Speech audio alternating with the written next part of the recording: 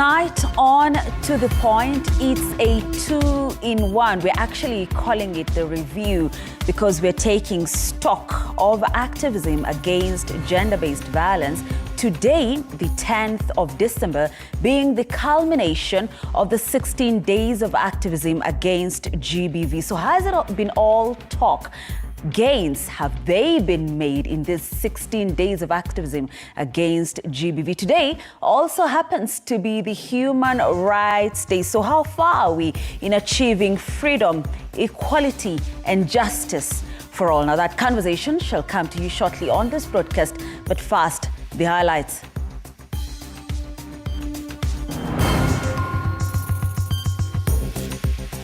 Westlands MP Team Wanyonyi leads the list of the best MPs in a new report. How did your MP do?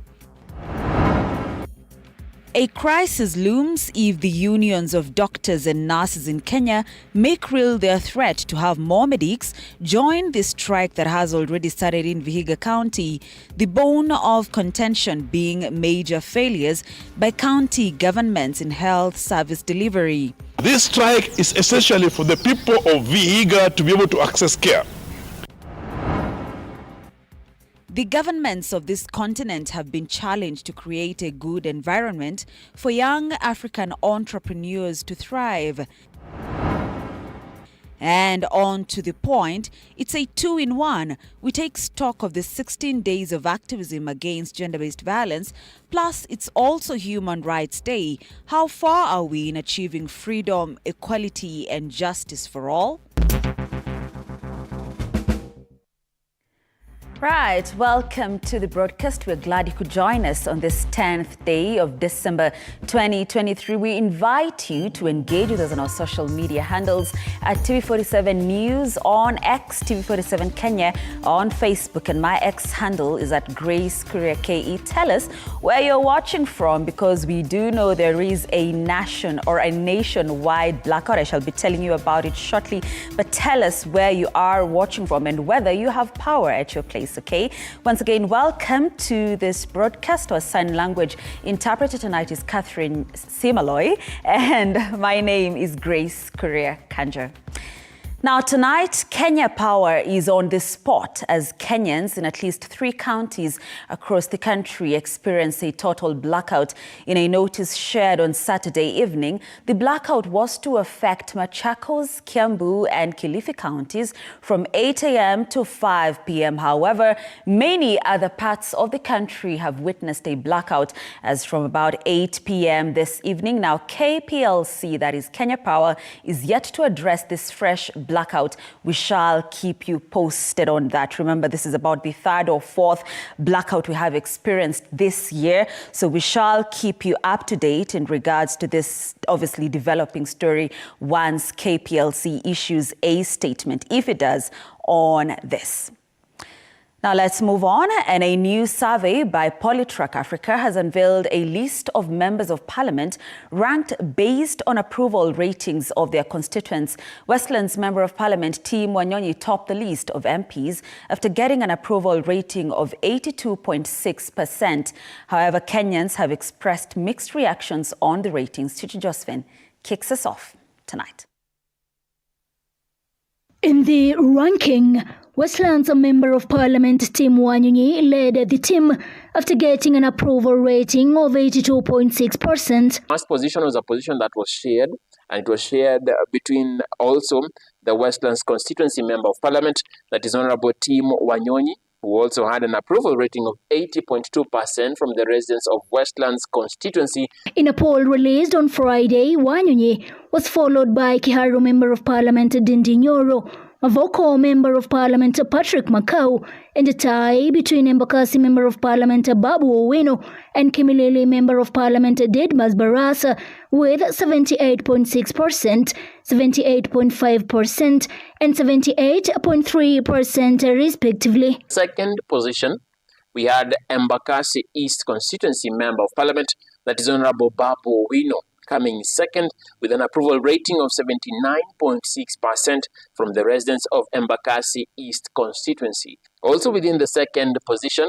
we had Kimilili constituency Member of Parliament, that is Honorable Didmas Baraza, coming in second with an approval rating of 79.6% from the residents of Kimilili constituency. And leading the pack is Kiharu Member of Parliament, Honorable Ndindi Nyoro, who was able to garner an approval rating of 80.2% from the residents of Kiharu constituency. Following the listing of the Member of Parliament, residents from Keyono, the constituency in Elgeyo Marakwet County, appear to mirror the results of the survey, which rated their Member of Parliament Adams Kipsanai at number 9 in the country, with the residents sharing glowing plaudits on him over the service which they termed as diligent. In the 9th position, it was secured by Keyo North constituency Member of Parliament, that is Honorable Adams Kipsanai, who was able to secure a rating of 76.1%. Kuorodeshwa namba 9 ni pongezi sana kwa sababu kasi ya MB katika Keyo North inaonekana. Ukiona mambo ya wamama wa Keyo North wanang'ara sana kwa mambo ya empowerment. The survey dubbed County Track was conducted between July to September 2023, covering all 47 counties, 290 constituencies and 1,450 wards, with an overall sample of 58,748. We used the population of persons who are aged above 18 years, that is registered voters, and the sample size that was used in this study was 4,794 people. Chichi, Josephine, TV47.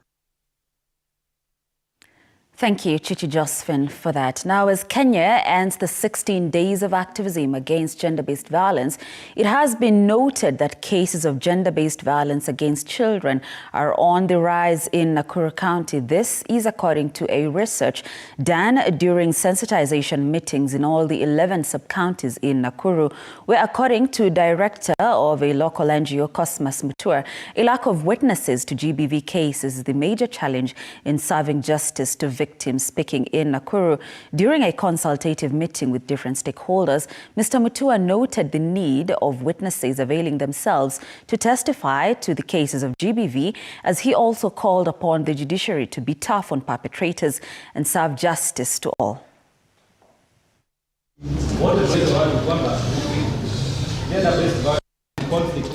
GBV mingi inaendelea sababu ya ripoti niko chini sana. Mtu anadhulumiwa na ripoti na ujule perpetrator ataendelea kufanya hilo tena na tena. Pia katika mambo ya sexual gender based violence, ukuta kwamba wasichana wengi wanapata ujauzito na wako tayari kudisclose ule aliwafanyia ile jambo, na inamaanisha mtu atakuwa repeat offender, atakuwa anaendelea tena na tena. So ripoti niko chini. Pia unakuta pia wazazi wametepetea kidogo, unakuta kwamba ni kama wameshindwa na watoto wao waelekeze kivipi na mambo kama hayo. One of the key thing that we have been able to notice, women are able to report their cases compared to men, and also during the community dialogue we have also noticed that children are also affected by the gender-based violence, and through the CHPs they have been able to report their cases, and also the public health officers are coming in handy to report the cases. The great challenge that we have also noticed is lack of the witnesses for the cases to go to the last bit of response, where we have noticed the cases have been reported and you are requested to come with a witness whom they are fearing to report or to accompany you to the police station, and this is affecting the response of the law enforcers and also the gender officers. Now, the National Health Insurance Fund has today issued a notification to the public and employers announcing a mandatory shift in the payment method for services. However, Kenyans are reading more into the announcement, especially after the High Court halted the implementation of the new health acts. George Maringa interrogates. Kenyans woke up to this statement on X, formerly Twitter, posted by NHIF on Sunday, signed by the Chief Executive Officer, CEO Elijah Wachira. The agency has declared that henceforth all payments must be exclusively processed through the government pay bill number 22222. The changes, effective immediately, mean that NHIF members intending to settle their contributions must input the pay bill number and utilize their NHIF MID number as their account number. In cases involving penalties, individuals should use their NHIF PID number when making payments. This adjustment aims to streamline and facilitate the payment process for NHIF services. The announcement was, however, met with a myriad of reactions as most users on the platform questioned the change of mode of payment. User after user commented, more so questioning what happens to those who had already paid for the month of December and the rest of 2025 through the old pay bill number. The change of pay bill also comes 2 weeks after the High Court halted the implementation of 3 held acts by the Minister of Health, pending the hearing and determination of a petition seeking to impede it. Justice Chacha Mwita issued conservatory orders halting the implementation, saying the petition pointed out important constitutional issues. The conservatory order restrains the respondents, their agents and/or anyone acting on their directives from implementing and/or enforcing the Social Health Insurance Act of 2023, the Primary Health Care Act 2023 and the Digital Health Act 2023 until February 7, 2024. With a pending court order and a government keen on improving the healthcare system and the latest announcement of the mode of payment, time will tell the direction that the healthcare conversation will take moving forward. George Maringa, TV47, Nairobi. Thank you, George Maringa, for that. Now, the ongoing Youth Connect Africa Summit in Nairobi is shaping up to be a breeding ground for creativity and sharing of amazing ideas on entrepreneurship. Various stakeholders, among them Cabinet Secretary for Youth Affairs and Sports, Ambu Derby, say Africa has all is required to develop without aid from Western countries if the African youth can turn their creativity into economic ventures. Mike Kagwongo reports. African governments have been urged to create a conducive environment for youth to thrive economically, with Africa being known for having majority of people aged between 18 to 35 years in the world. Because it's true, actually majority of youth don't have access to social media. Okay. So we need talent scouts on the ground. That's 60 years since independence, since political independence. Africans are still talking, I'm Francophone, I am Anglophone. Don't you really feel ashamed of that? Isn't it shameful that we are still being described by our colonial masters? As the Youth Connect Africa Summit entered its second day at the Kenyatta International Convention Center, KICC, Nairobi, various stakeholders challenged youth to be part of social and economic transformation towards a better tomorrow. Ababu requested. Youth Affairs and Sports Cabinet Secretary Ambu Derby affirmed Africa has enough resources to develop and to thrive without depending on financial aid from Western countries. Why can't Youth Connect come up with a Creatives Award program which will reward the best upcoming African artists every year at every Youth Connect Summit? Reality is that a lot of African producers, whether you go to sell your content on Netflix or Amazon, once you are black, they just remove 1 0. And you understand that somebody producing from Europe or US will get something better. So we have to come like black in inside and white outside to get a good deal. If we work together, everybody's benefit, we're all going to win as Africa. We are all giants, especially as the youth. We are giants in a way we can never understand. And that gives us a bunch of responsibilities that we have to carry this continent on our backs. The summit has also provided a ready market for small-scale traders in the capital. The summit, the 6th in history, is being held under 7 key principles, which include sustainable development, digital economy and climate change, among others. Now, apart from connecting, interacting, and perhaps exchanging new ideas from different African backgrounds, these young entrepreneurs also got a chance to make money from the small businesses, making good use of this chance of 2023 African Youth Summit here in Nairobi. Mike Kagwango, TV47 from KICC, Nairobi. Right, thank you so much, Mike Kagwango, for that. Now, preparations of the 60th Jamhuri Day fete has hit fever pitch as Principal Secretary Interior Raymond Omolo gives an all-systems go for this year's celebration to be held at Uhuru Gardens in Nairobi. Now, during an inspection tour at the venue, PS Omolo stated that the preparations ahead of the day are complete, with the final touches expected to be done Monday. Kenyans have been called upon to turn up for the national celebrations, with 30,000 people expected at the grounds and at least 3 heads of state expected to jet into the country for the celebrations.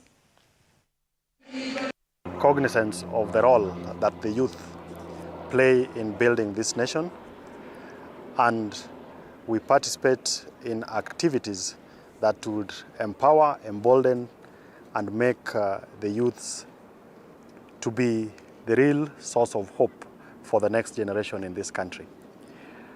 We expect that the celebrations are going to be rolled out in other parts of the country, across all the counties, the sub-counties, and the divisions.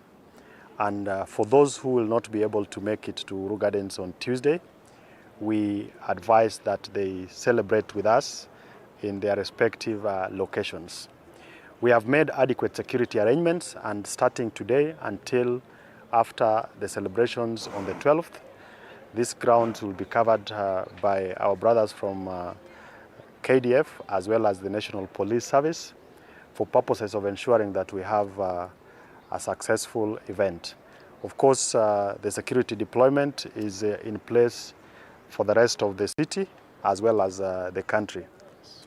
Then lastly is that we are looking forward to also have the finals of the Talanta Hela football tournament that has been going on, which will happen at Nyayo Stadium on the 12th in the afternoon. Now, to inject energy into the development of pharmaceutical industries, a special economic zone is proposed to be built in different areas in the country to support the production of medicines. Currently, 70% of drugs used in Kenya are imported from foreign countries. The economic zone is set to provide employment opportunities for about 15,000 youths. Speaking at the Curator Church in Lari constituency, Kiambu County, President Ruto said this week he will be announcing the first contract to build industries in different areas, including Sagana, Busia, Eldoret, and Nakuru. Such industries have been allocated 500 million shillings, and this will provide employment opportunities for the youth, approximately 15,000 in its construction. Hii wiki ambayo tunaenda wiki ijayo, pia tunatangaza kandarasi ya kwanza sasa kujenga ile special economic zone ambaye tuligazette. Ile shamba ilikuwa ya Del Monte pale, tumekata eka 500, tunataka kujenga special economic zone. Tayari nimeweka shilingi milioni 500, tunatangaza kandarasi next week, kwa sababu hapo tunataka kuzalisha nafasi ya ajira kama 10,000 ama 15,000. Pale kwanza yenu ya hapa Del Monte tunataka kuwa ni mahali ya kutengeneza madawa ile ya hospitali. We are going to make this special economic zone a pharmaceutical, specifically a pharmaceutical economic zone ya kutengeneza, kwa sababu mnajua bado tunaagiza 70% ya medical commodities ama pharmaceutical commodities bado tunaagiza kutoka nje. Lakini sasa tunabadilisha mambo, tutaleta factory hapa tutengeneze madawa yetu ya Kenya hapa nyumbani. I committed myself, nilisema tunataka kuongeza ile pesa tunapata kwa ile remittance ama pesa inatoka nje kwa Wakenya wanaofanya kazi nje, kutoka shilingi bilioni 4 Mimi nataka tufike bilioni 10 kila mwaka. Now, the Kenya Medical Practitioners, Pharmacists and Dentists Union has warned that more doctors in several counties will be joining this strike that is currently ongoing in Vihiga County in what the union terms as failure by the county governments to provide quality and accessible healthcare services to their residents. Speaking after a meeting with doctors in Vihiga, KMPDU National Secretary General Davji Atela has pointed out loopholes in the healthcare management system within the counties that have already received notices of doctors' strike, insisting that the medical officers shall not lower their tone until their demands are met. This strike is essentially for the people of Vihiga to be able to access care. The notice was given prior that doctors were out to meet the governor, to meet the county management, to resolve these issues. But the non-responsiveness of the county, as I said, the county was already on strike, and that's why we joined them.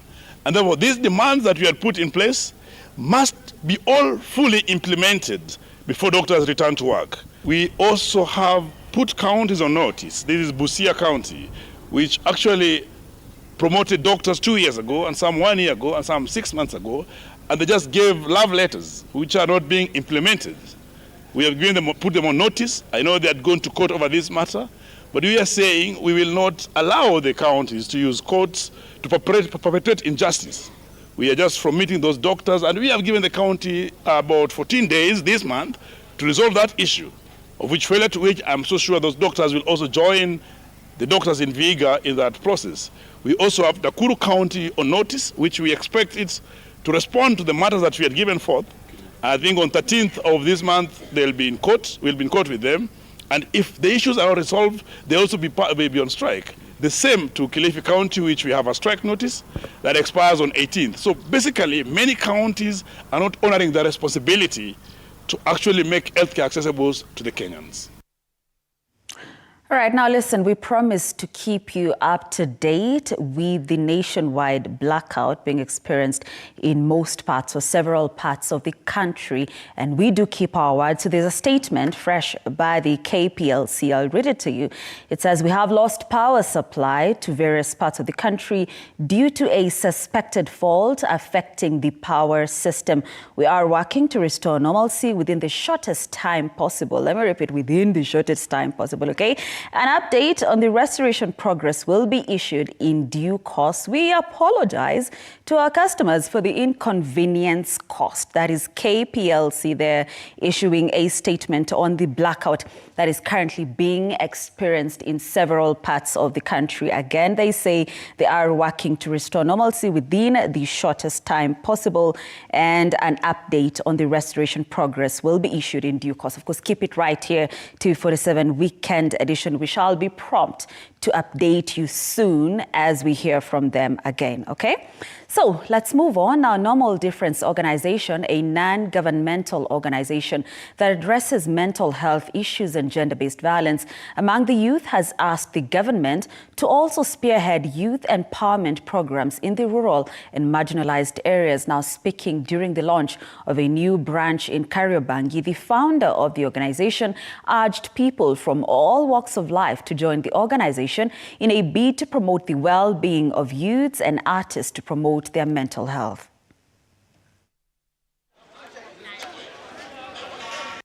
Mind Health Project is just an initiative that is trying to change the lives of people in informal settlements such as Kariobangi, Korogosho, Mukuru kwa Jenga, and the rest of Kibera. And for us as an organization, we are using art as a means of trying to empower them to ensure they have their mental well-being. Pia sisi wasanii kuna mali sisi wanga tunasahaulika kiasi. Na ikikuja saa zingine hii story ya mental health. Unacheki. Hapo ndio pale pia mimi nika-engage. Mimi mwenyewe ni activist wa mental health. Unacheki, na tukaanza kuorganize programs za wasanii huko. Kwa hizo program tuorganize za wasanii, raia yetu pia kaanza kujoin hizi programs. Sasa hizi tunataka pia bado atiaje vile hizi programs zinaweza kuwa long term. Unajua kama saa hizi unapata watu wanaweza taka hizi program. Ni kweli, lakini unapata pia huku hivi mtaa kuko na hiyo initiative ya hizi program. Unajua kama for example, gava inakuanga pia bado ina advocate na program kama hii. Lakini unapata atiaje azifikangi huko mashinani. Unajua pia tunataka atiaje vile watu kama sisi tunaweza fanya mpaka na gava pia tuwalete saidi yetu ya wale watu wenyewe wako na hiyo situation. Jitu wase kabisa wa join kwa sababu manze mental disorder size ina affect wase wengi. Sio wasanii peke yake, kuanzia watu hii, wamama, wazae. So watu wakijoin hands kabisa, at least tuta reduce hiyo rate ya wale wase wanaafektiwa na stories za mental wellness. First of all, if you are a youth group, you can come and join the movement because they have a lot of advocacy in terms of stress management and to youths.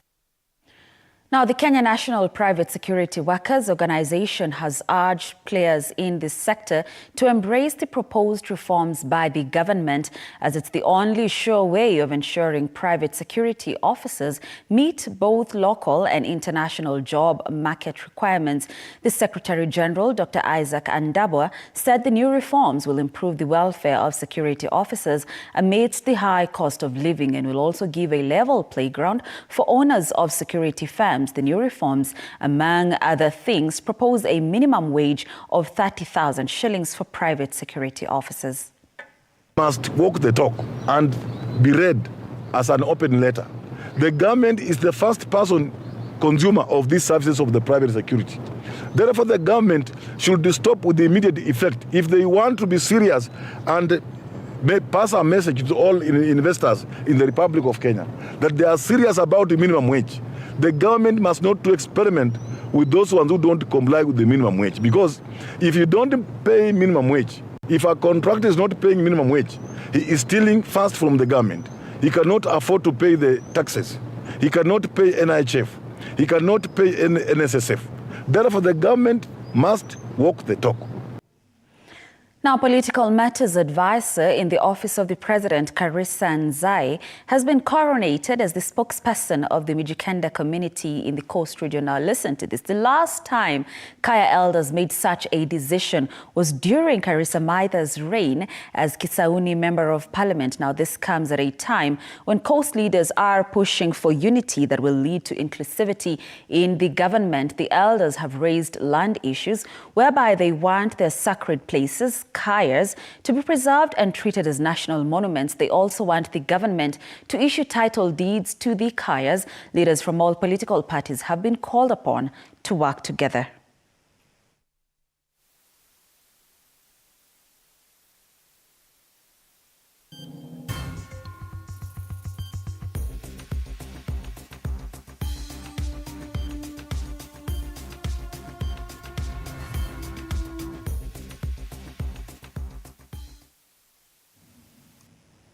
All right, we do apologize for that. Let's move on. And former Defense CS Eugene Wamalwa has called on President William Ruto's government to fulfill its promises to reduce the cost of living orchestrated by high prices of fuel in the country in a bid to let Kenyans put food on their tables. Speaking here in Nairobi, Wamalwa said this being International Anti-Corruption Week, the government will only be able to fulfill the promises they made to Kenyans by fighting corruption within the government.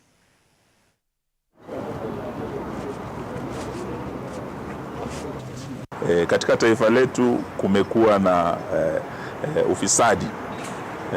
Tumesikia mambo ya G2G ambayo tulielezwa ya kwamba kuna mpango wa kupunguza bei ya mafuta, mpango wa kuhakikisha ya kwamba dola inarudi chini, lakini hiyo G2G iliyofanywa sasa miezi inaelekea, hatujaona mafuta yakishuka Kenya. Bei ya mafuta imeongezeka badala ya kushuka. Dola dhidi ya shilingi ya Kenya imeenda juu badala ya kushuka. Hasa lengo ya mkutano huu ni kufundishana na kukumbushana wafuasi wa Ahmadiyya jinsi ya kutakasa roho zao, kukuza imani yao, na changamoto mbalimbali zimeenea katika zama hii kwa ajili ya kuleta wanajumuiya pamoja katika malengo ya kulea wanajumuiya na kufundisha mafundisho ya kweli ya dini tukufu Islam.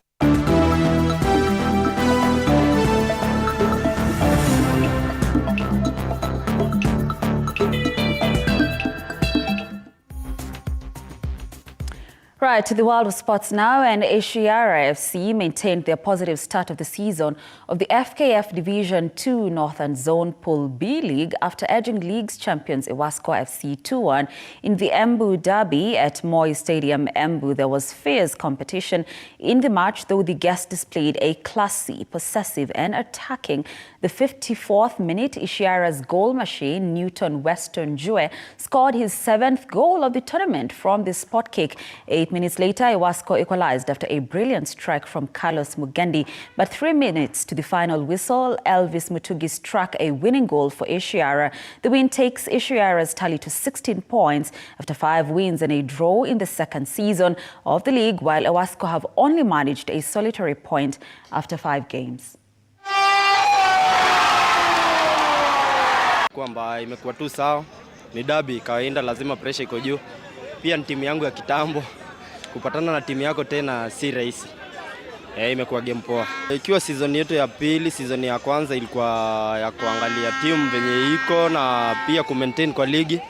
Lakini this season we are hoping for the best na tunajituma sana ndo tuweze kumaliza namba 1 tukaende main league, pia tupande hiyo level nyingine. Imekuwa poa. Tumecheza, tumeenjoy. Kuna vitu tokea tu, lazima tupate mshindi. Alafu pia hao ni mandugu zetu, tumekuwa pamoja kwa timu moja. So derby lazima ikuwe na vitu kadhaa na lazima tupate mshindi.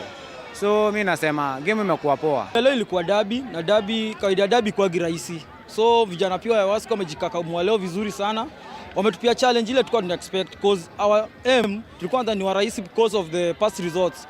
But leo wamecheza leo, at least wametupia challenge, tukajua weakness zetu. At least pia tumeona maplayer yetu pia wamejaribu vile naweza, because you can see maplayer yangu pia wamejituma vile naweza, and that's why tumeachieve kushinda hiyo game. Haikuwa rahisi juu ball wezi dharau opponent. Vile approach opponent inamata sana.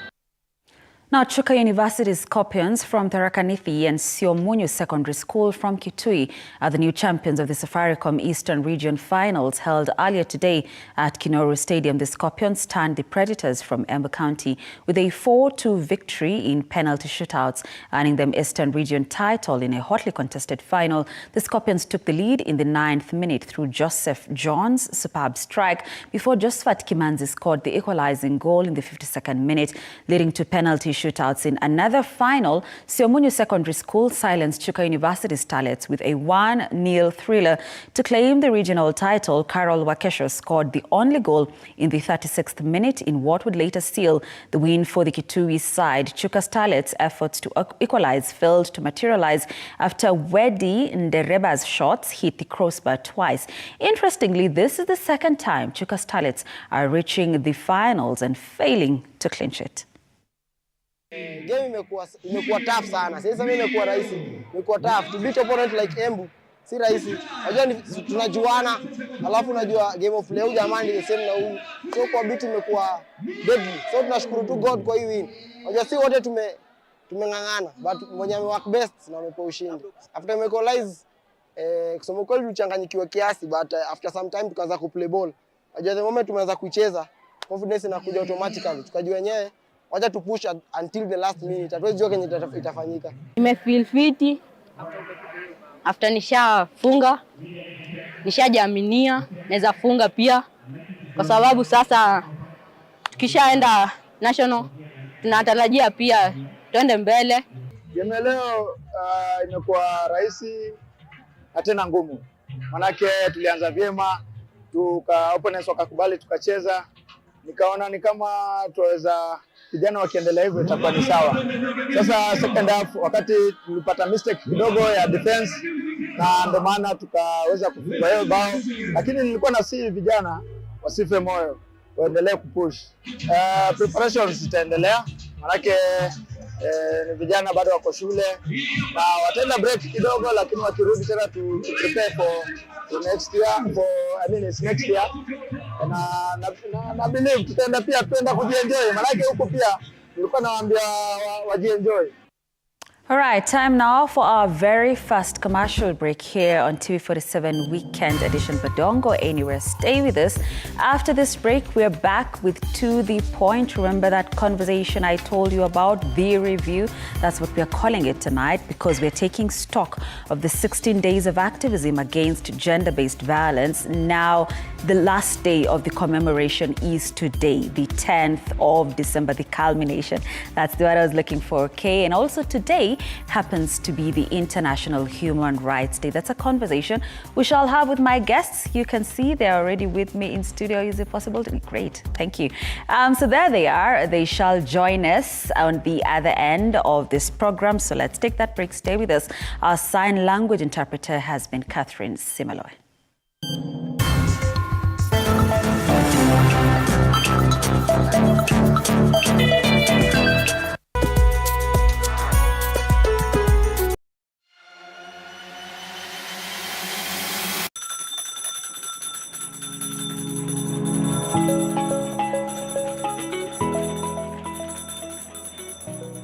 Wanasema wasemao kuwa elimu ni bahari haiishi kwa kuchotwa.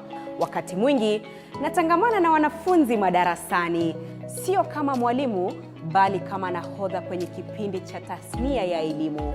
Na iwapo utanikosa madarasani, basi utanipata nyanjani nikisaka habari zenye usawa, ufasaha na ukweli. Na iwapo utanikosa nyanjani, bila shaka utanipata studioni, hapa nikisoma habari na kuendesha mijadala mikomavu. Mimi ni Andrin Kilemi, mpenzi wa lugha ya Kiswahili na elimu kwa jumla.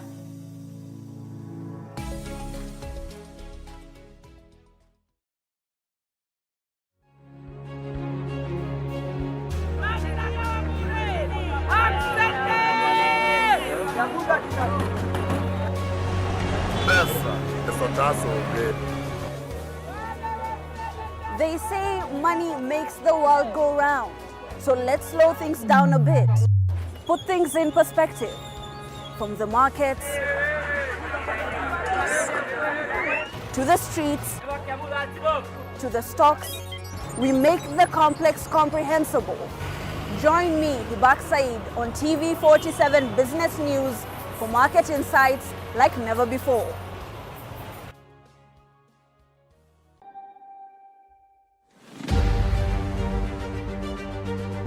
What's making the headlines? What does it mean to you? How does it affect you? We answer all these questions every Sunday for half an hour on To The Point show. Hey, I'm Grace Kuriakanja, and a lot has happened this week. Let's dive into it.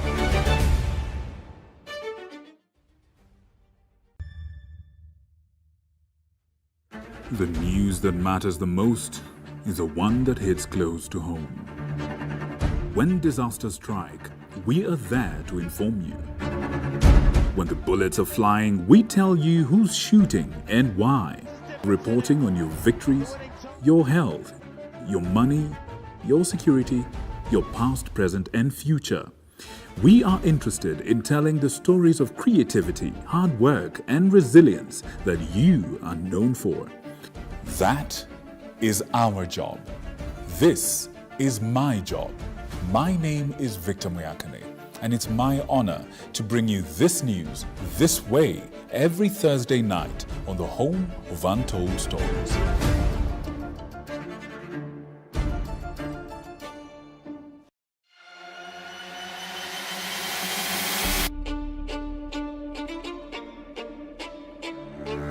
Katika majengo haya, hapa ndipo sheria zinapotungwa na zinapopakuliwa. Nitakuletea viongozi mbalimbali, mirengo mbalimbali, wote kwa pamoja wakipika na kupakua. Tutawapa nafasi kuweza kuangazia changamoto na mafanikio ya ugatuzi katika ukumbi wa siasa kila siku ya Jumanne kuanzia saa 1 kamili na kuendelea.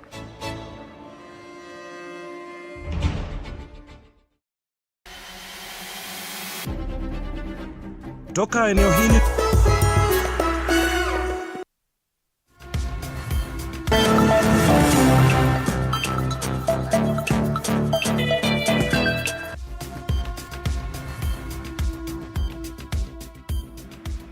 All right, thank you so much for staying with us. Time now for this To the Point, and on To the Point tonight, it's a two-tire, okay?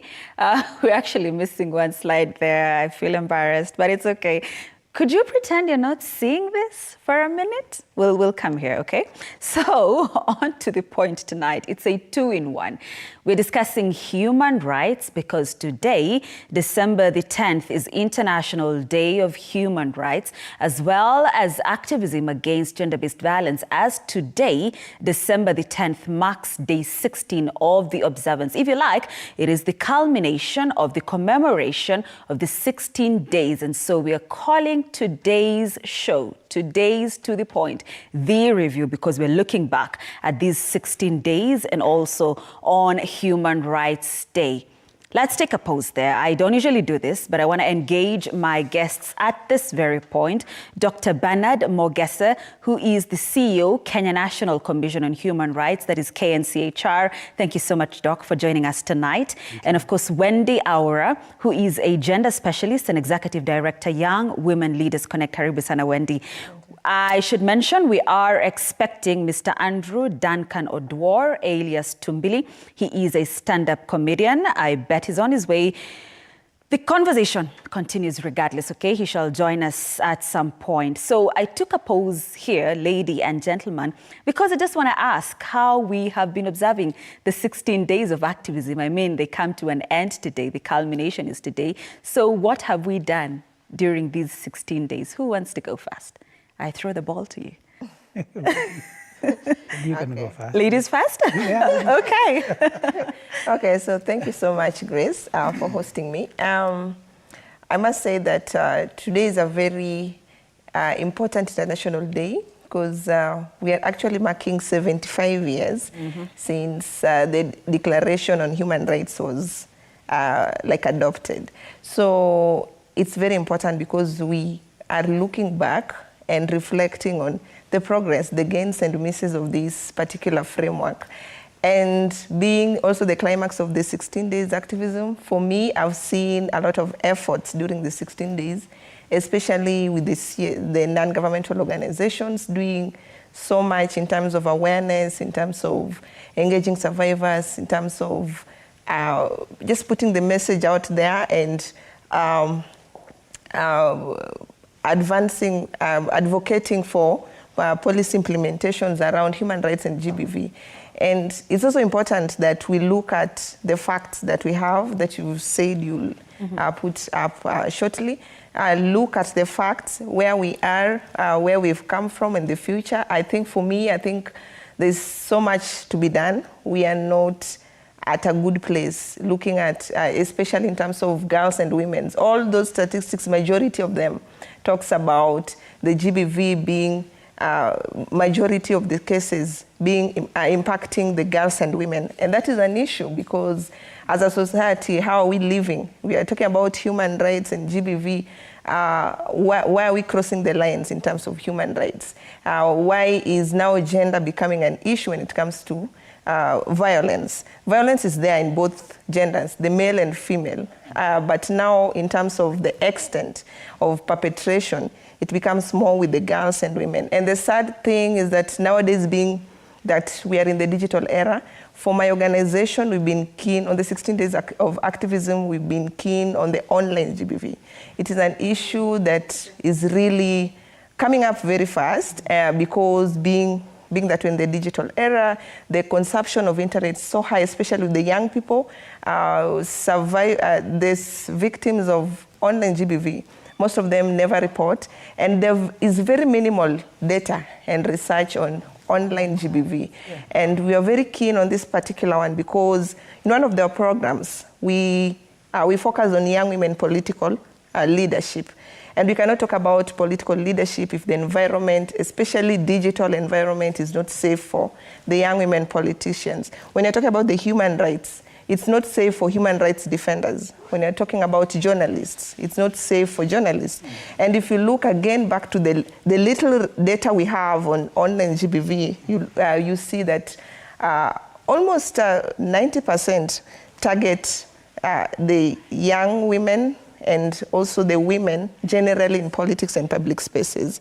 And this is an issue we need to talk about. And something else I wanted to note, because we're just starting the conversation, I wanted to note about many of us don't know about the economic violence, which is hardly spoken about. Most of the time when we hear GBV, we hear about rape, sexual harassment, but we have these, let me say, they're trending and they're coming up slowly, the economic GBV that we are not aware of. And just to explain, it's about denying someone the rights, economic freedom. For example, it's become a norm. This is a simple example. You find someone just openly denying you opportunity to go study or open your own economic, have your economic opportunity. We've had issues of someone telling you I have the money, now in a marriage setup, an example. I have the money, just sit at home, I'll provide everything. We are not talking about the housewives. We have cases where the wife is in a position to work or go to school, fend for herself, but because there is dynamics of power dynamics, gender dynamics in a marital setup, then you become confined, you become caged in that marriage. And that is violence we're not talking about. An example will be also, let's talk about the unpaid care. The unpaid care, we have women putting so much efforts, and there's no value that is put to even taking care of the children, managing the household. We never talk about that. So I think for even this show, for us, is to break it down for people to understand that there's more to just sexual that we know about, physical, somebody beating you. We have emotional, psychological. Someone trolling you, someone insulting you, even if you are not married, just in the common relationships that I have. Yeah, someone just making you feel inferior. Yeah, that has impact on your mental health. So I think for us, we'll be breaking down with Daktari how this GBV is deeper than what we see on the surface, and how it relates to the human rights is a very timely discussion. My goodness, Wendy, you have kicked us off on a very, very, very high note. Ooh, I don't know. I like it. I like it. You said so much. There's so many follow-up points and questions that I have. But Doc, you were reacting to what she was saying, times nodding, at times sort of like in agreement to what she's saying. But she's bringing out so many violations of human rights. Absolutely. And I would like to start by saying that the Kenya National Commission on Human Rights has been quite active on the 16 days of, activism. We have engaged a number of institutions, and especially institutions of higher learning, where we have established, human rights clubs to enable us, reach out to the youth, share knowledge and information about, human rights and gender issues. And one of the key things, and I like the way Wendy has brought it out, is that youth these days, when you look at our institutions of higher learning, one of the key components you begin to appreciate is the fact that gender-based violence, even in those institutions, is actually on the rise. And therefore, even as we talk about, within the domestic arena, for example, let us also focus on what is going on in the institutions of higher learning. It is, most of the times we get, even in the news, you hear in such an institution, something has happened. A student has stabbed another one. A student has killed another one. So we need to begin to reflect what is the missing link? How are the institutions, for example, embracing gender issues? How are they supporting the students, for example, to embrace each other and embrace cultural diversity? One other key component which we must not lose focus on is on the mental health.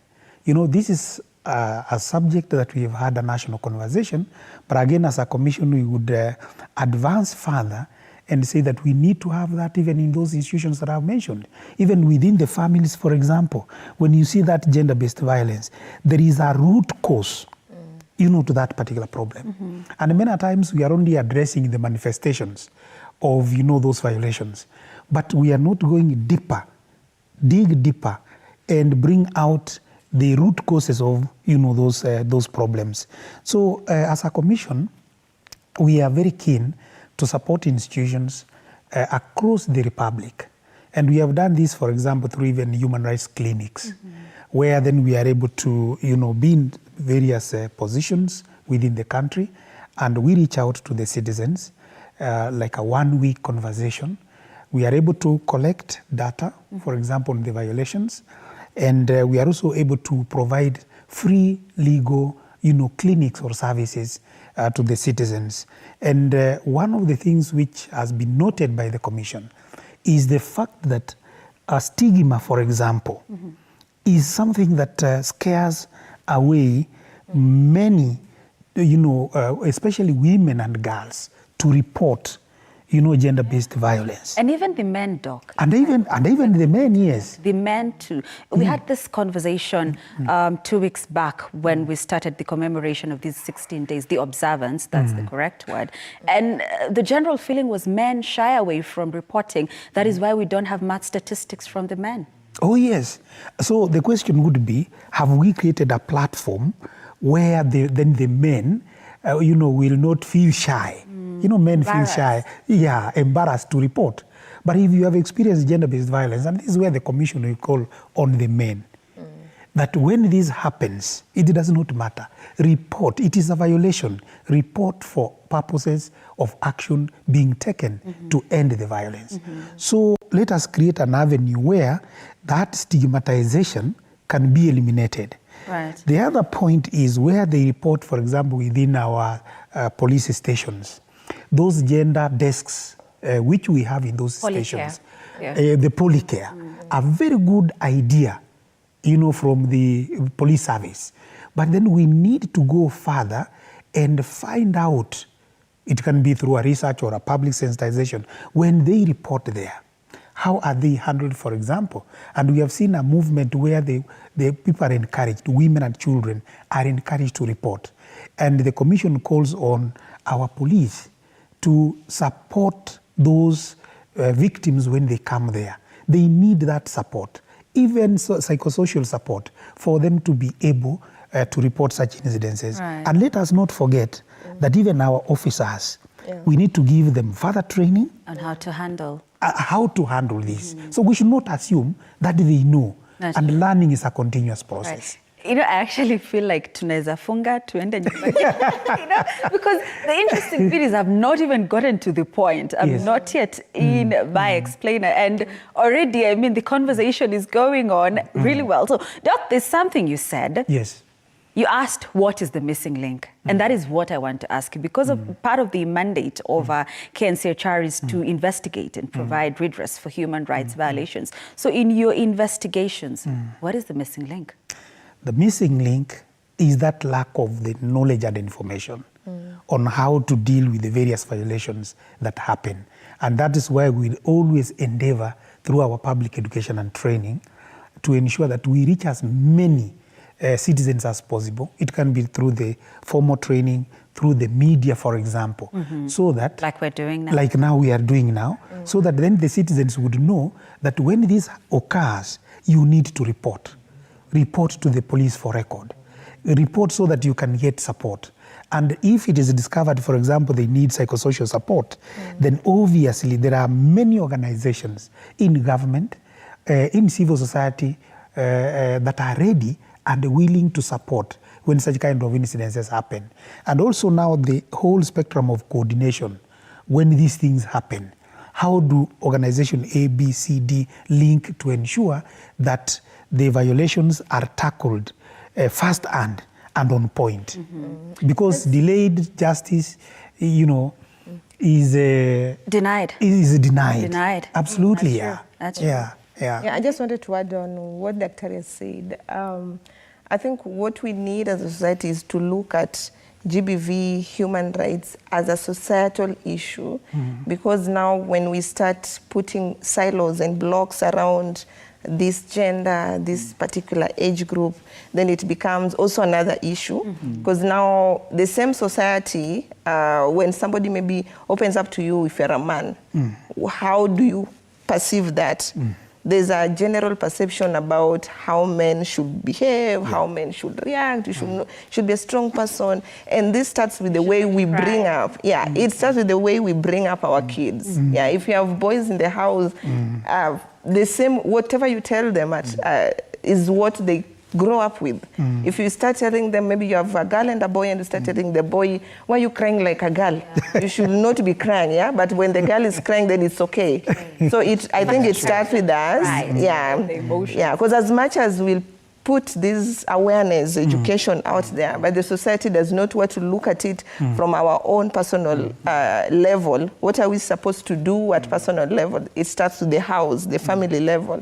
So I think it's more of us being responsible and taking it as a responsibility to make it a societal issue. Right. And I think, Wendy, just picking up from what you've mentioned, within the family setup, we have reached a point where, again, citizens are saying that we have concentrated so much on the girl child and forgotten, the boy child. No. So no. It could be a perception issue, but then how do we then re-engineer this and have the conversation that the boy child has not been left behind, and these are the issues that we need to tackle among the boy child in society? That is a myth.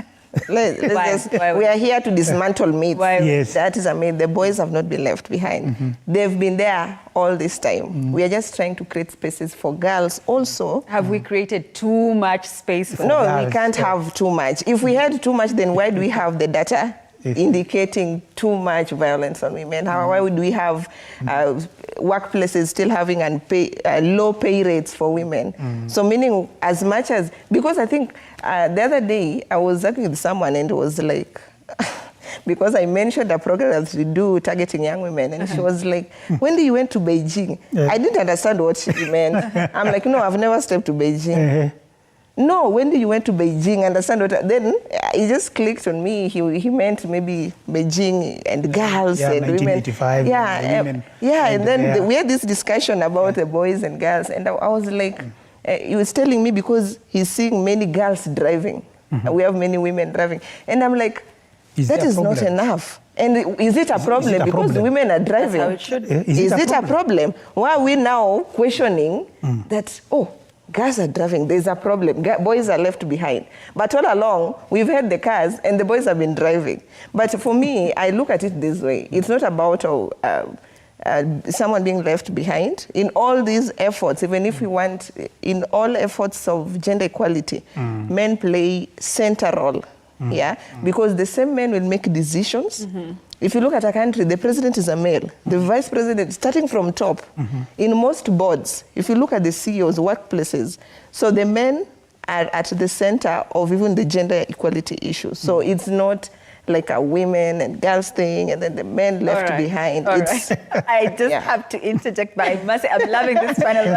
I mean, again, we haven't even gotten to the point. It's already halfway. I do appreciate this, Wendy and Dr. Bennett. So let's take a look at that slide that I told you to ignore a while back. So let's take a look at the theme for today, being Human Rights Day. And as per the official website of the United Nations, the regulated theme to celebrate Human Rights Day 2023 is freedom, equality, and justice for all. A pose again, Doc. When or what will it take to achieve this freedom, equality, and justice for all? Well, I think the most important point here for us to realize this justice for all is us to address the issues of access to justice. We question ourselves, how do the children, for example, access justice? How do the women access justice? Are our justice organizations in that spectrum, not only the judiciary, but within that continuum, how do they enhance expeditious dispensation of justice? That is the most important thing. The number two, the Bill of Rights, very, very clear, stipulates, for example, various freedoms, rights and freedoms. Yes. Freedom of expression, for example. How are we enhancing freedom of expression even among our children? How do we nurture them? What spaces have we brought? Are there any hiccups within, those spaces. Those are the things we need to begin to address, right now. Freedom.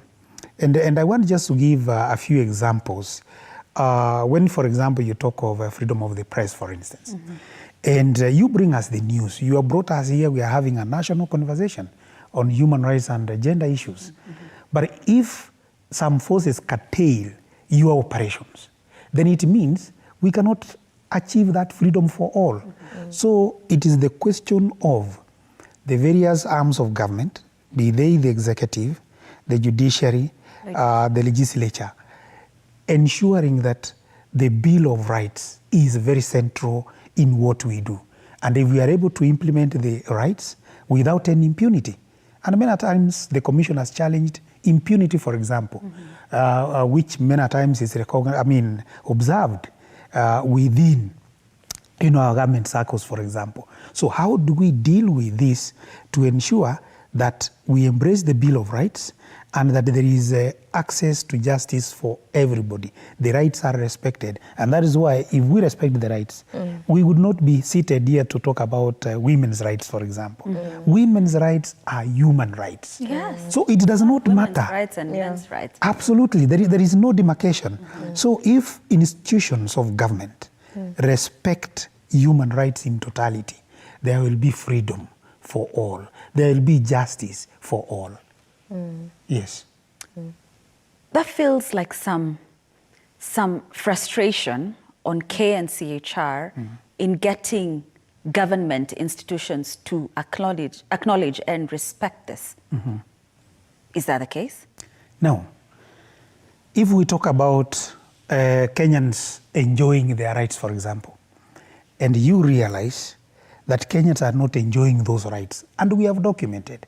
Most recently, we released our Status of Human Rights report. Yes, we have that actually. And you have the report here, covering the period January 2022 to September 2023. And we have captured a raft of issues. There's so much in it actually. There is so much in that report. When, for example, you look at the economic, social, and cultural rights in that particular report, are we getting it right in terms of the right to food? The answer is no. When you have more than 28 million Kenyans threatened with starvation, then it means there is a problem that must be addressed. All right?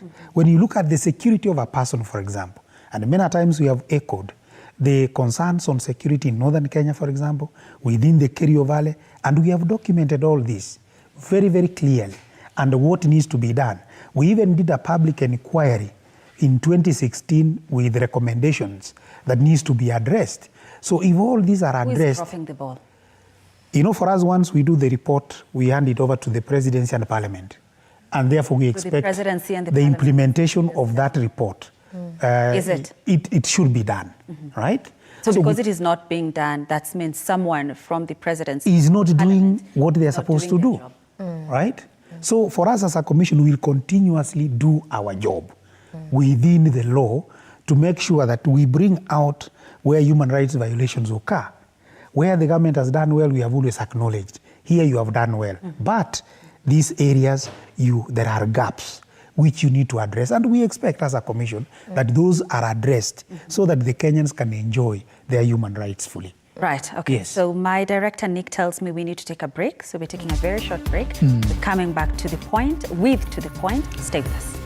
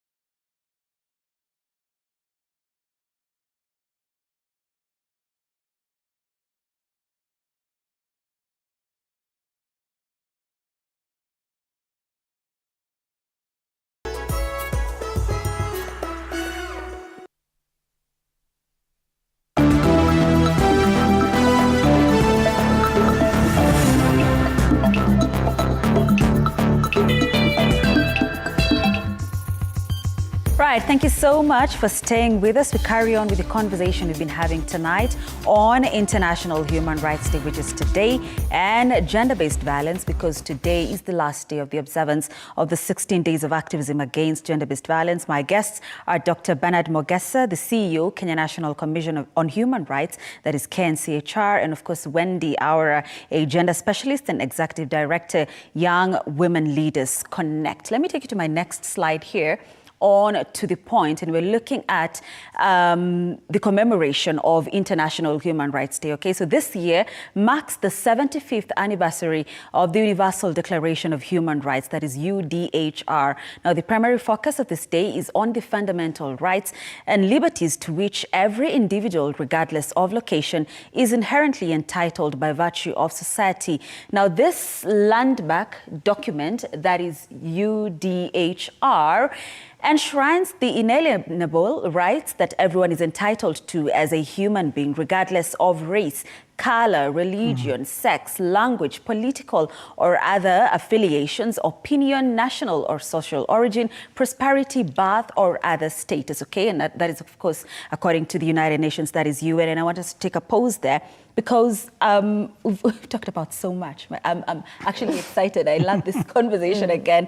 I want us to talk about these commemoration of these days, because you're saying it's the 75th anniversary of Human Rights Day. That means year in, year out for 75 years. Yes. Somewhere in the world, we've been having this conversation. But still, there's so many atrocities that are being witnessed, not just in Kenya, not in Nairobi, but in Africa, in the world. Why are we not learning? Are we refusing to learn? I think, okay, let me just... Ladies first again. Ladies first. Yeah, if you look at this UDHR, it started way back, 75 years ago. And over time now, each nation comes up with a framework, like this one acting like the foundation of such frameworks. If you look at the Vision 2030, we have aspects picking from the same document. So, and one of the key aspects about such frameworks, first of all, they're very important. Even if people may not comply to them, but just the existence shows that there is an issue that needs to be addressed through such frameworks. And one of the aspects, but one of the aspects that now that I want to talk about was accountability. And as the Dr. said, they did the report, and there's the issue of accountability. It is a body that has done the work of research and giving data evidence of this is the reality happening. Now, when it comes to accountability, each party that is involved, all duty bearers, they have a role to play. And for us citizens, I think now our role comes in pushing, advocating for accountability. Because we have so many frameworks in Kenya, starting with the Constitution. The Constitution has a Bill of Rights. It has freedom of expression, freedom to vote, a lot of freedoms and a lot of rights that are enshrined there. So for us, that's why we have also, coming from the freedom of association, we have the power and sovereignty as a people to speak about these issues and call for accountability. We cannot just have these documents just as a soft copy for reading. But now, what are you doing, for example, as a president? If we have the report saying maybe we have attack on journalists, what are you doing as a president about that? But unfortunately, if you don't have the political goodwill on such issues, if the leadership does not deem it maybe urgent and serious, then I think they put less efforts into now digging into the issues. We have the Office of the Registrar, the Attorney General, we have the judicial system. But now, if the president could just come out and speak, I expected if 16 days, even within the 16 days, just one of these days you could come and talk about this report and maybe just give authority maybe to the justice system, give authority to maybe whatever department that deals with such issues. Because for him, he's a national figure that speaks authority. And when he speaks, it's final. Now, for me, I feel there's lack of accountability, especially in Kenya. Yeah, people don't give a damn, especially, I'm sorry to say this, our leaders. Yeah, they should be at the forefront of calling out these issues, but they're not. So for me, I feel if we had seriousness about this GBV issue, even within the 16 days, as a nation, we could have talked about the report. Doc, are we lacking goodwill? Like Wendy here is asking. I know you mentioned it. Yes, I've already mentioned that lack of... But just lay it down plain and simple. Are we lacking goodwill? We are lacking that goodwill. Because when such things happen, for example, how do we expeditiously resolve them, right? We have the apparatus, you know, the government has the apparatus of dealing with all the issues that happen. And if you have the information, then you are expected to deal with that particular challenge. Let me single out one aspect that many times we have seen highlighted, where criminal acts, for example, are resolved within communities, hiding under culture, for instance. That's true. Right? That's true. So, this then does not augur well in terms of fighting, you know, this vice of gender-based violence. Early marriages, for example, FGM. We keep on pushing the goals. You recall ending FGM by 2022 in Kenya? Yes. And now we have pushed it to 2030. And I bet come 2030, we will push it to 2040. 2050. Or even 2050. The question here is, it is not about the timelines. How proactive are we in dealing, you know, with these vices? Child labor, for instance, are among the things that we have recorded as a commission. During our investigation of the petitions that we receive. Defilements, for example. And you would even hear cases of defilement of children, young boys, young girls, being, you know, sorted in the villages. These are criminal acts. That's true. And the victims many times end up not getting the justice because there is a mismatch in between here. And these are the kind of things that we need as a nation to begin to deal with very decisively. And all this will end. Grace, you asked a question about 75 years down the line and why we have not achieved much in the human rights spectrum. I can say that there has been progression towards realization of human rights, but we are not yet there. Institutions have been created globally, national human rights institutions, like NCHR, for example, globally. And we have networks, we have ways of evaluating what goes on through the various state reports to the various UN conventions. By Kenya, for example, how do we deal with the concluding observations that Kenya has been given to deal with? So you would find year in, year out, gender violence is being reported as an area that has not been fully, you know, tackled. 4 years down the line, the next report, state party report by Kenya, it is again going to report about, you know, gender-based violence. And then what are the actions? Right. Universal periodic review, where then we look at Kenya, how are we performing? And this is a voluntary process, right? With so many recommendations for Kenya. For us as a commission, if indeed, as a country, as a government, we implement those concluding observations and recommendations, much of the human rights issues we are talking on this table will be reduced by more than 50% instantly. That's true. Yeah. Okay, so we have to move on now. And among the issues that often come up today, that is Human Rights Day, is this gender equality. Now, according to the United Nations Women, that is UN Women, at the current rate of progress, the next generation of women will still spend on average 2.3 more hours per day on unpaid care and domestic work than men. That is what Wendy was saying earlier on. The gender gap in power and leadership remains entrenched. Globally, women hold just 26.7 seats in parliament, 35.5 in local government, and 28.2 of management positions in the workplace. Now, women are more likely or are twice as likely as men to report instances of discrimination based on sex, and almost twice as likely as men to experience discrimination on the basis of marital status. And this is it, yeah? But you did hear what I said there. So we have the KNCHR CEO here tonight, like you know, so let's take advantage of that and take a look at the latest KNCHR statement on the state of human rights and fundamental freedoms in Kenya, released on the 22nd of November. That's just a few days ago. Now, what caught my eye is the Commission calling for the protection of women and girls from obstetric violence. Now, in case you don't know, obstetric violence includes any act by a healthcare worker that causes harm to someone who is pregnant or giving birth or has recently given birth. Now, this entails violence during labor, cruel treatment during delivery, disrespect and abuse, institutional violence. Now, statistics show that 1 in 5 women experienced feeling humiliated during labor and delivery.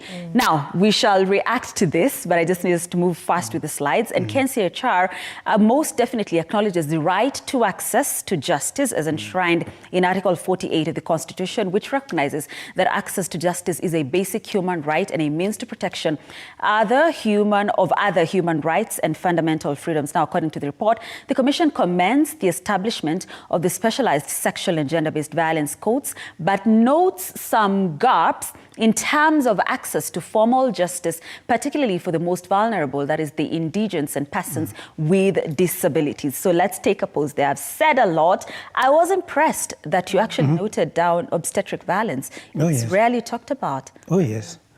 That's why as a commission we are now talking about it. It happens. Even in the hospitals where the women go to give birth, the kind of language, for example, they are subjected to. Worse still, women with disabilities will suffer double tragedy when they go to give birth in our hospitals. You will hear statements, for example, I mean, how come you became pregnant? I mean, and you are disabled. You know, very demeaning kind of language. And that is why in our findings, this is a serious problem that needs to be addressed by our health workers, by the relevant ministry, by our county governments, because, you know, health is a devolved function. So that the whole question of treating people with dignity is what the Commission is calling on in this particular statement. It does not matter where you come from. And when you look at the indigents, people who are not even able to afford, for example, how do we cushion them on the fact that they are human beings? They deserve to be treated with dignity in modern Kenya today.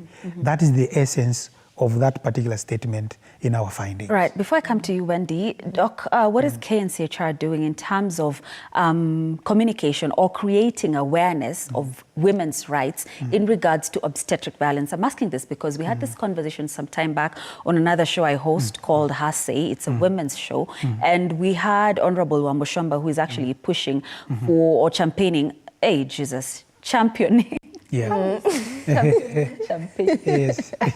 Championing for a legal framework that recognizes obstetric violence as a human right violation in Kenya. But the thing is, some women don't actually know that they experienced violence. That is why, Grace, awareness becomes top. Once people know their rights, they can be able to claim. Is KNCHR doing anything specifically to this? We are doing something about this. Which is? You know, in our economic, socio-cultural, grounding and the work that we are doing here, right to health, is very, very clearly outlined on the measures that we are going to take, on the engagements we are going to have around this particular, aspect. The number two, you remember, we have various medical boards. And we have an advantage, for example, as a commission to sit in some of these boards. So we would utilize our strength and expertise in human rights in this particular area to push this particular aspect, going forward. Right. I recall, for example, and when Honorable Wamshomba is talking about our legislation, very important. And as a commission, you even recall on the mental health, we were, in the forefront in coming up with a bill, working with, the Senate and having the bill in place. So even this one, I can commit as a commission, we would work with the relevant committees, citizens, civil society organizations, and all the stakeholders to have a framework that would protect our women from this kind of violation. All right. Yeah. Wendy, I want your reaction on obstetric violence, not on the numbers, because I have some more numbers, so let me go to them, and then we'll react to the numbers collectively, okay? So let's talk about obstetric violence now. For me, I must say that I actually didn't know it falls under a separate form of violence. It's good to learn also. But I'd love to say that that's very unique. For me, I've seen firsthand, especially in public hospitals. There's a lot of demeaning words, especially for women in labor. If you go to maternity wards, there's a lot of emotional torture on those women. And coming up with this law or bill, I think is very timely, because we have to clean our systems. We need to clean our hospitals, healthcare system, and it starts with a report, like what is done. I think for them coming up with a recommendation is the first thing and is very important. Then now, like we've said, the bill part, now that the duty bearers coming aboard, then we have the CSOs. So these issues are multi-sectorial. They have a wide engagement aspect in terms of stakeholders. And I think the first two steps is almost completed, the report, and then now the legislation. So it's upon the citizens and the fraternity in the healthcare to now advocate more and make sure it is implemented. Because now the issue now will be the implementation.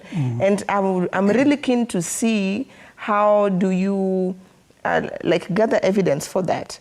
For instance, if you're a woman in labor and then you get demeaning words from maybe someone in the hospital, how do you justify that it was done? So I think that needs to come out very well. And now the reporting structure of it needs to come out clearly. For instance, go report in a police or report to the hospital, and what if the management does not react to it? Because you know there's an issue of also the reputation, covering the reputation for that particular hospital. So affiliation to the person. Affiliation. So I think if we create more awareness, as you've said, it will make more sense. Especially women, let them know that you have a right to scream when you're in labor. I mean, labor is natural. For those who've gone through labor, labor is natural and you cannot control that pain. Even medicine cannot control that pain. So I'm imagining someone trying to you take advantage of that. And when you mentioned about the women with disability, it becomes even worse. In the same category, let's put the women in the streets. There's a lot of violence, sexual harassment, street families. And then if you go to the hospital, they'll ask you, like, how do you get pregnant, you know? So we need to just make it very clear, have a very good structure, and make it more, make it public for the citizens. Right. I'm just thinking to myself, imagine what a world it would be if everyone just did what they're supposed to do. I know. I know. And I'm also looking at my watch and my phone because 6 minutes, I cannot believe it. Okay, I mentioned we have more numbers. Let's take a look at some of them. Now, globally, an estimated 736 million women, that is almost 1 in 3, have been subjected to physical and or sexual intimate partner violence, non-partner sexual violence, or both, at least once in their life each year. Now, 245 million women and girls worldwide experience physical and or sexual violence from intimate partners. More than 4 in 5 women and girls, that is 86%, live in countries without robust legal protections against violence. That's according to the UN Women. Let's come home to Kenya, where over 40% of Kenyan women have experienced physical or sexual abuse, including intimate partner violence. The Center for Rights Education and Awareness, that is CREW Kenya, reported that it received over 3,762 cases of gender-based violence in 2022. Now, out of these cases, 2,985 cases of GBV were by women, 777 were by men, and the types of this violence was physical assault, emotional abuse, defilement, and rape. I feel a bit embarrassed, and Wendy, because I'm not mentioning economic violence here, obstetric violence, or the many types of violence that we're mentioning. But again, this clearly is what is given priority, physical and sexual violence. So now we react to the numbers in a minute, because we have, what, 4 minutes left now. I know. So just clearly, the number speaks for themselves, and it just means that more efforts need to be done, more accountability needs to be called for, and I think also in terms of justice, we need justice for all these cases, 3,762 cases, that is not... In just a year. Yeah. So it's underreported. And it's just 1 year. Yeah, so I think it's a lot of work for the judicial system, and one of the things maybe I would recommend for the maybe fastening of the cases, we need to look at the budget allocation for the judicial system, because a lot of times we see reports of them talking about we have low budgets, we have few judges, so we need to put more resources where the justice needs to come from, and that's the judicial system. And also in terms of investing the reporting structures, the gender desk, let's have them in almost all villages. Let's have at least all police stations, let's have a gender desk, and not just having the desk, but let's also, let's have them audited if they're really making sense and working. Because if you get a few experiences from a few people I've met, there has been complaints of non-efficiency of such gender desks. So we need to audit such structures. Right. Dr. Bennett, I want your attention to be here. At least we have a figure, 700, unfortunately, really unfortunate, but 777 cases of violence against men. At least there is something. Oh, yeah, there are figures. And I bet those, the 700 or so cases, could be more. Because, as we said earlier, the men do not want to report. You know, they still want to look that masculinity and they say, you know, as a man, you have to be tough. But then once this happens, they need to come out and report. But the whole question here is how do we then enhance, you know, justice even for the men, so that many of them would see there is something, you know, coming out, and the reason why then I should be able to report, I get justice. And I agree with Wendy that we need to resource our institutions. A well-resourced judiciary will be able to dispense, you know, justice expeditiously. Right. So all those that she has mentioned, I associate myself with that.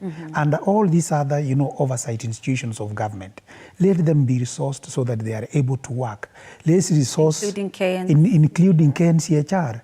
Let us resource those gender desks within the police stations, for example, to be able to do this job. Let us have those specialized, you know, gender courts to be able to handle some of these, you know, cases.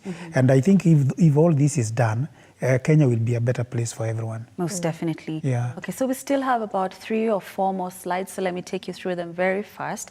Now, this is another article by KNCHR, which also caught my eye. It reads, "Move away from pledges to progress," okay? This is, of course, in line with the 16 days of activism against GBV, and the article is by the Head of Public Affairs and Communication at KNCHR. I have some excerpts here, clearly.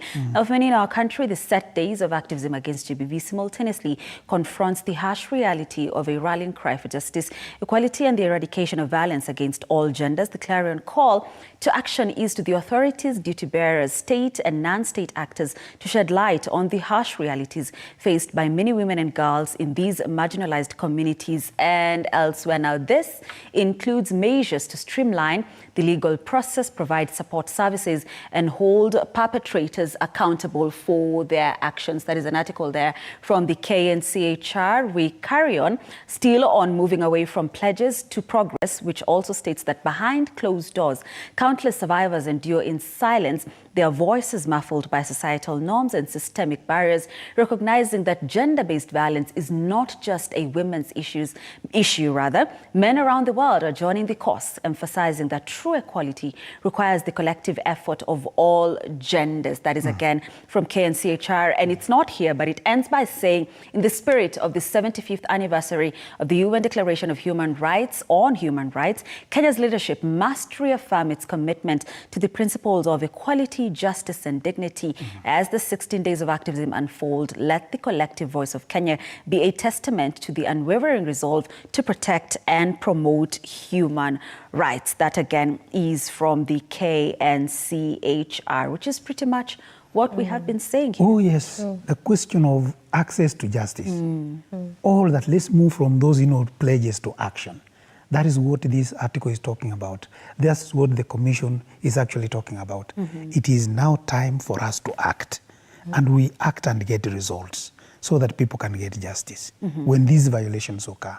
We cannot keep on talking, oh, they reported, or something happened in the village, nothing happens. Sometimes even the women fear to go even to report in the police stations because of, the stigma and other things, or the way they are handled. So if they are handled well and they are sure they'll access justice, I tell you there will be many more coming to report those violations. And once they are redressed, we'll have a reduction in the long run of these violations, because then people would know that if I do this, these are the consequences.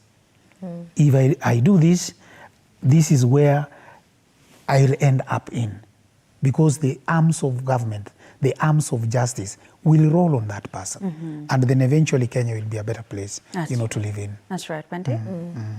Yeah. There's that bit on gender-based violence is not just a women's issue. Men around the world are joining the cause. Yeah. True.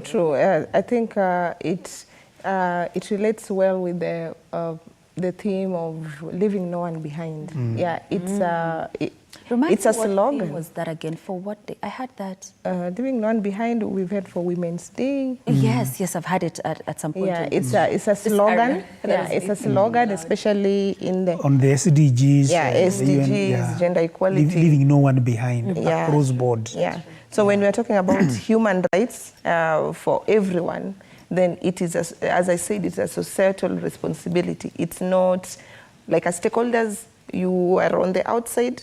So even as a citizen, ask yourself, what is your role? As a girl, as a boy, what is your role in all this? How are you ensuring that human rights is actually respected? And how are you ensuring that gender-based violence is reduced? And one thing I want to say that human rights and GBV cannot exist in one room.